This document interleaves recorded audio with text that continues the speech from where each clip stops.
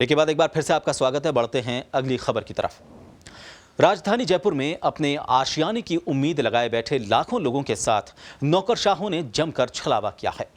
जयपुर विकास प्राधिकरण ऐसी जगह आवासीय योजनाएं सृजित किए जा रहा है जहां दूर दूर तक परिंदा तक बमुश्किल नजर आता है। आखिर ऐसी जगह जनता रहे तो कैसे? यही सवाल आशियाने की उम्मीद पाले आवंटी कई वर्षों से जेडीए से पूछ रहे हैं, लेकिन तिजोरी भरने में व्यस्त अफसरों को उनकी परवाह नहीं है। पत्रिका ने पड़ताल की तो यही हालात नजर आए।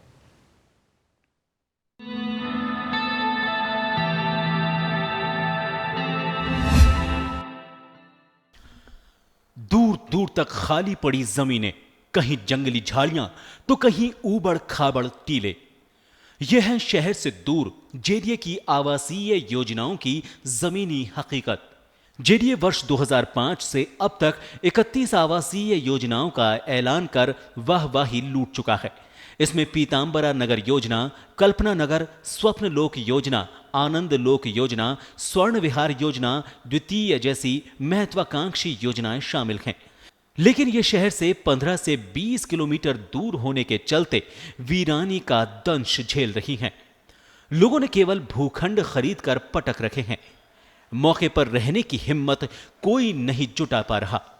इतना ही नहीं, आवंटियों को रिसेल में भी इन भूखंडों के दाम नहीं मिल पा रहे हैं। और यही वजह है कि बरसों बीतने के बावजूद इन कॉलोनियों को बसावट का इंतजार है। अपना घर का सपना देखने वालों की उम्मीदें किस तरह टूट रही है, यहाँ हम देख सकते हैं। यह है कल्पना नगर। कल्पना नगर आवासीय योजना में विद्युत के नाम पर केवल और केवल पोल खड़े हैं। यहाँ विद्युत सप्लाई की कतई व्यवस्था नहीं है। आप देख सकते हैं यह ट्रांसफार्मर का पिलर है, लेकिन ट्रांसफार्मर गायब है। यहाँ पे सारे विद्युत पोल के बॉक्स खत्म हो चुके हैं, टूट चुके हैं।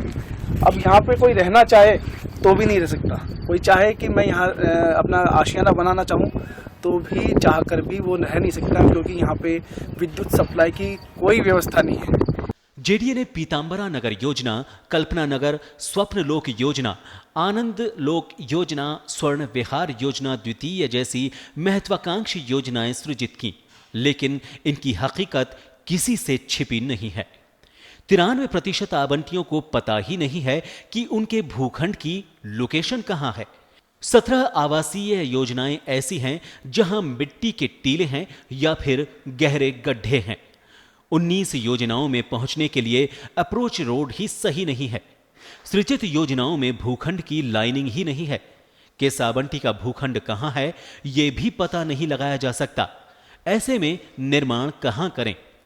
कई योजनाओं में बिजली के पोल और लाइन भी हैं, लेकिन ट्रांसफार्मर ही नहीं है। ऐसे में बिजली सप्लाई हो तो कैसे? पेयजल के लिए टंकी बनी हुई है, लेकिन पेयजल लाइन ही नहीं है। सामुदायिक केंद्र बनाकर छोड़ दिया, लेकिन इसकी सार संभाल नहीं हो रही। ऐसे में वो खंडहर में तब्दील हो रहे हैं। कहीं सीवरेज सिस्टम शुरू नहीं तो कहीं ड्रेनेज लाइन तक बिछाई नहीं गई। इससे पानी की निकासी की कोई व्यवस्था नहीं है। योजना तक पहुंचने के लिए किसी तरह का परिवहन का कोई साधन नहीं है। सड़क और रास्ते बदहाल हैं। ऐसे में सवाल यह उठता है कि जहां लोग रह नहीं सकते या उन्हें सुविधाएं मुहैया नहीं कराई जा सकती, वहां इस तरह की योजनाएं आखिर जेडीए लेकर ही क्यों आता है? हम खड़े हैं जेडीए की पीतांबरा योजना में। ऐसी योजना जहां लोग आना तो दूर, परिंदे भी बहुत कम दिखाई देते हैं। ऐसी योजना जहां मूलभूत सुविधाएं कुछ भी नहीं है और जेडीए ने उन्हें आवंटन करके बेवकूफ़ बनाने जैसा काम किया है। आप देख सकते हैं यहाँ पे प्लॉटिंग तो दूर, यहाँ गड्ढों को नहीं भरा गया है। यहाँ ऐसे गड्ढे हैं जहाँ आप अपने प्लॉट को ढूंढते रहेंगे। प्लॉट कहाँ है ये पता नहीं है, मूलभूत सुविधाएं कहाँ हैं ये पता नहीं है। केवल सड़कें बना के छोड़ दी गई हैं। ना पीने के पानी की व्यवस्था है, ना इलेक्ट्रिक की व्यवस्था है, ना विद्युत की व्यवस्था है, ना विद्युत सप्लाई यहाँ पे अभी सुचारू रूप से है। स्वास्थ्य केंद्र से लेकर स्कूल ऐसा कुछ भी नहीं है जो यहाँ रहने लायक किसी को अपने बुला सके।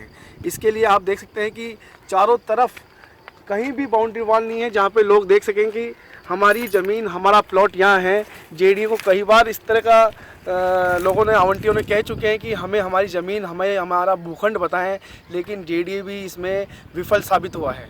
ऐसी योजना जहां कुछ भी नहीं है, केवल पैसे के लिए, केवल अपनी तिजोरी भरने के लिए जेडीए ने लोगों को बेवकूफ़ बनाया है। भवनेश, पत्रिका टीवी के लिए।